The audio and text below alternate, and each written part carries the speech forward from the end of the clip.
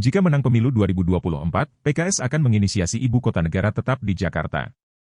Partai Keadilan Sejahtera, PKS, menolak pemindahan ibu kota negara dari DKI Jakarta ke Ibu Kota Nusantara, IKN, di Pulau Kalimantan. Presiden PKS Ahmad Syaiqo menegaskan partainya masih tetap ingin status ibu kota berada di Jakarta.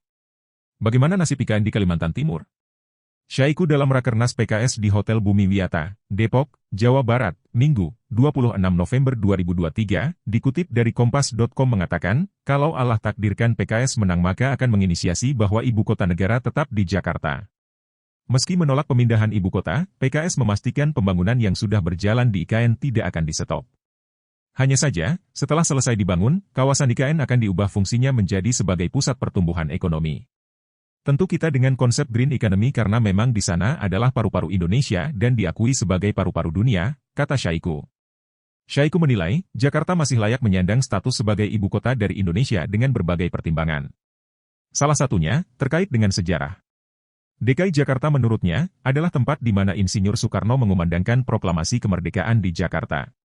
Sumpah Pemuda dan peristiwa bersejarah lainnya dilahirkan juga di Jakarta.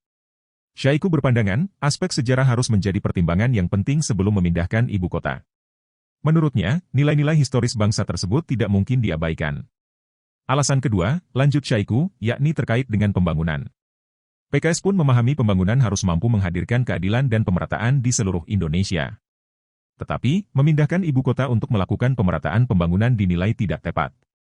Pemerataan pembangunan bukan dilakukan dengan memindahkan ibu kota, tetapi dengan membangun pusat-pusat pertumbuhan ekonomi baru berdasarkan keunggulan daya saing masing-masing wilayah, kata Syaiqo. Alasan terakhir yakni terkait keberlanjutan. Syaiqo berpandangan, pembangunan yang dijalankan harus memiliki dimensi antar generasi. Hal ini penting demi keberlanjutan melestarikan lingkungan hidup dan merawat ekologi.